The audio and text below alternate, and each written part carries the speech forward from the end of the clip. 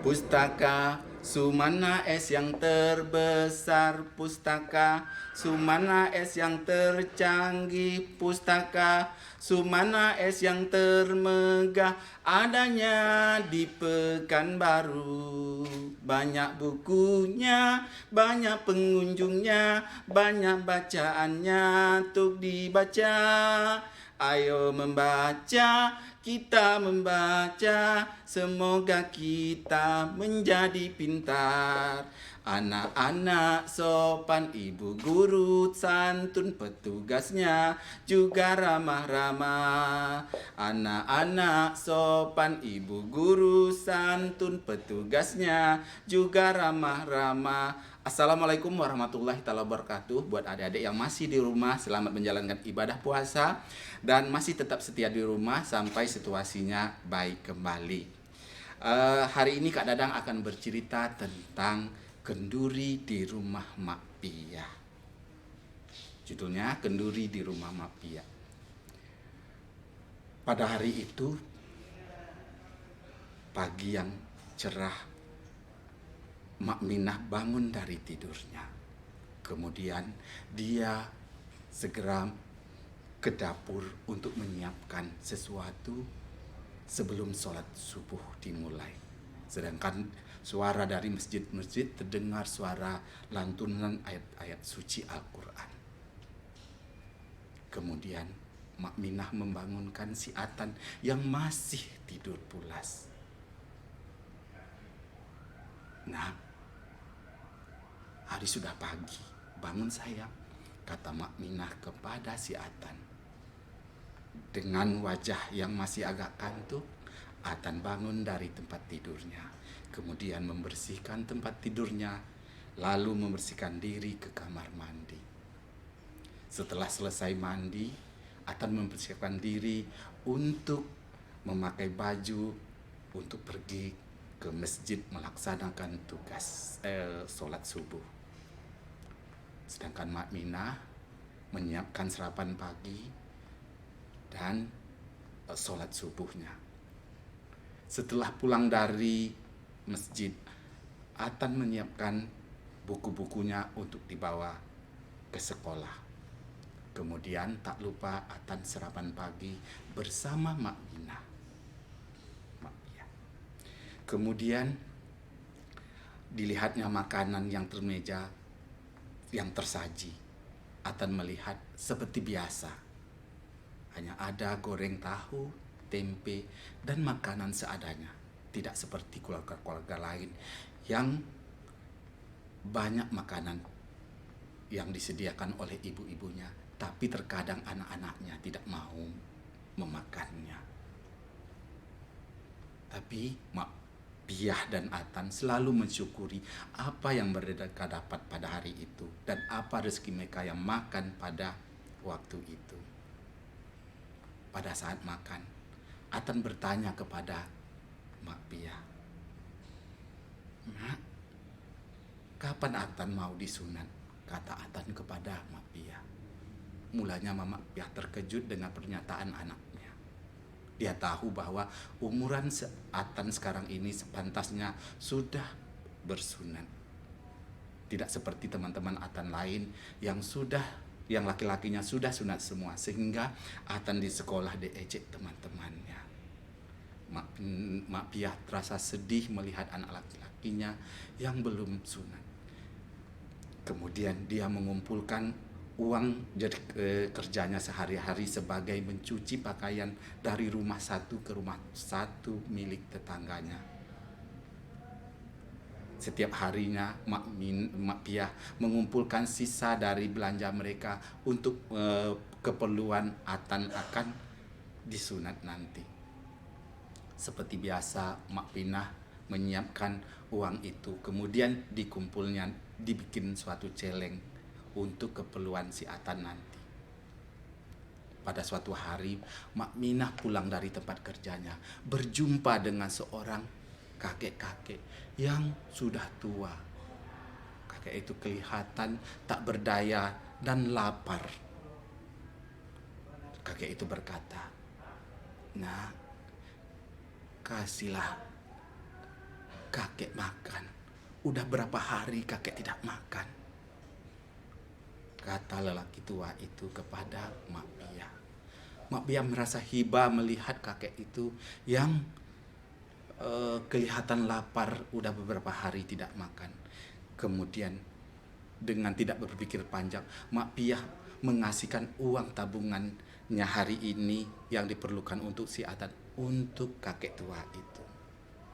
Betapa gembiranya kakek tua itu karena diberikan uang seberapa adanya oleh Mak Piah. Terima kasih nak atas pemberianmu. Semoga Allah akan membalas jasa-jasamu. Begitulah hari besoknya dan berikutnya 3 hari berturut-turut kakek itu masih ada di sana setiap Mak Piah pulang dari tempat kerjanya. Begitu juga dengan murah hati Mak Piah mengasihkan tabungannya itu untuk keperluan orang kakek tersebut. Tetapi pada hari keempat Mak Piah tidak melihat kakek itu berada di jalan itu lagi. Kemudian Mak Minah berhenti di tempat itu, melihat ke kanan dan ke kiri, ternyata kakek itu tidak ada. Begitu juga hari-hari berikutnya. Mak Minah rasa kehilangan pada kakek itu. Apakah dia berkata apakah hari ini kakek itu makan atau belum? Itu yang terpikir di kepala Mak Piah. Walaupun mereka kekurangan, tapi bisa menyisakan uang mereka untuk berbagi kepada orang yang lebih memerlukannya.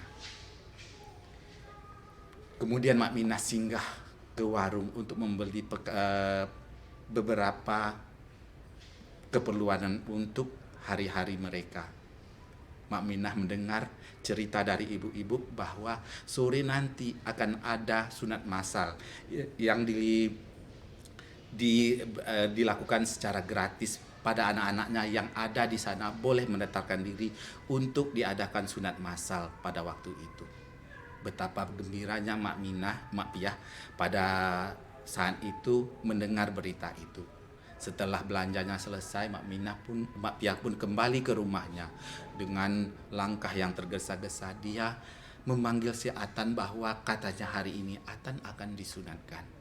Atan merasa bahagia sekali pada hari itu bahwa hari ini dia akan disunatkan. Kebetulan waktu itu akan ada liburan mereka untuk ke sekolah dia diliburkan, sehingga waktu itu bisalah dia untuk mempersiapkan diri untuk bersunat.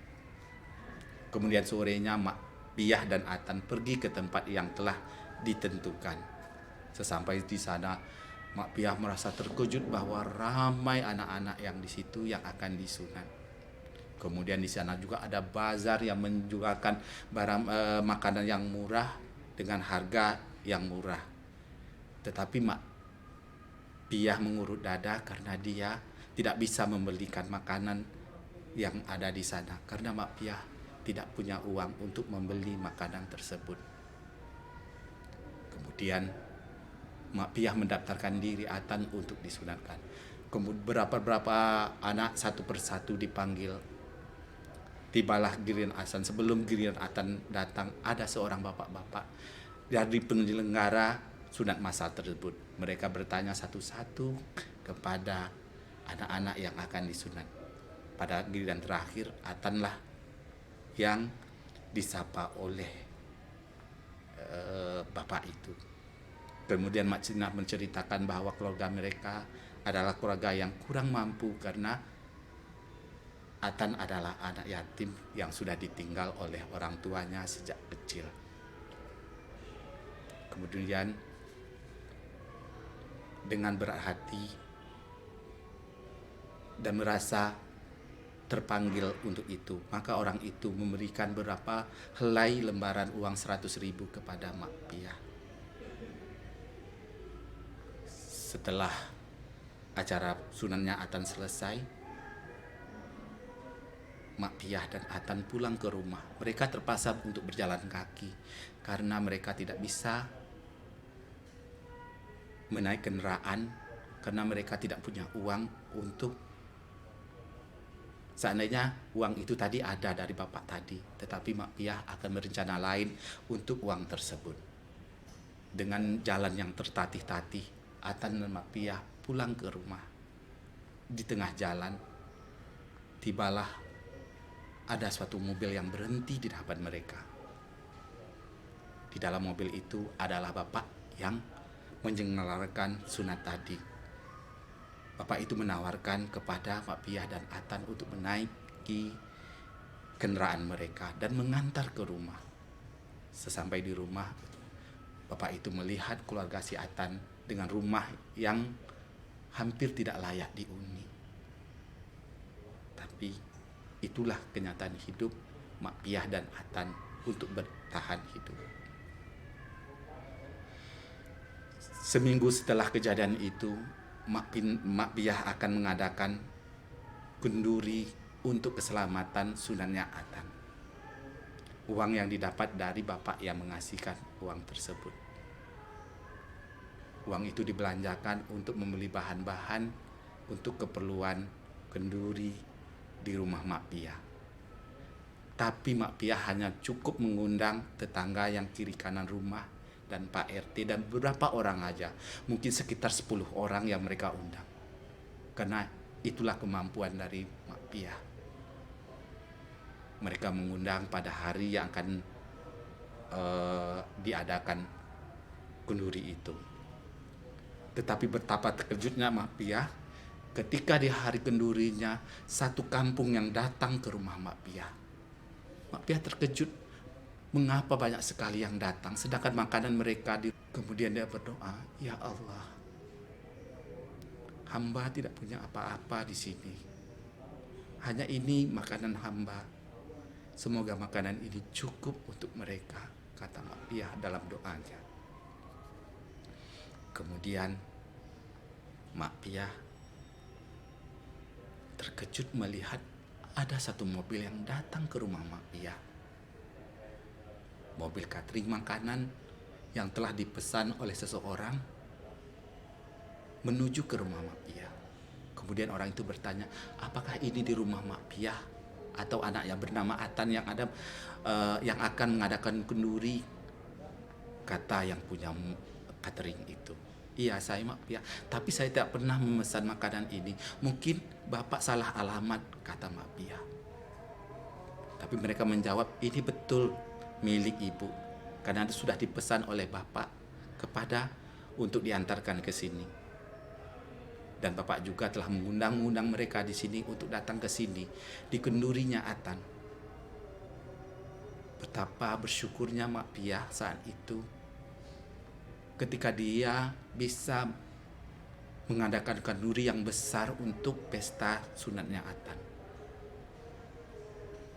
Dia sangat bersyukur kepada Allah bahwa masih ada diberikan rezeki kepada dia. Hanya tadi mengundang 10 orang aja untuk syukurannya. Tetapi sekarang satu kampung yang datang ke rumah Mak Piah. Inilah bekas dari tulusnya hati Mak Piah ketika memberi. Dia tidak meminta balas, tetapi masih ada orang lain yang membalasnya. Itulah dari doa-doa Mak Piah kepada anak-anaknya. Semoga kenduri-kenduri Mak Piah ini menjadi catatan yang berharga bagi Mak Piah dan Atan. Karena Atan melihat orang lain, seandainya ada sunatan mereka membuat acara yang besar-besaran, tetapi Atan juga hari ini bisa membuat acara yang besar. Seluruh masyarakat kampung datang ke rumahnya mengucapkan selamat atas sunatnya Atan. Demikianlah cerita kenduri di rumah Mak Piah. Assalamualaikum warahmatullahi taala wabarakatuh. Salam literasi, baca, baca, baca. Ya, Pak.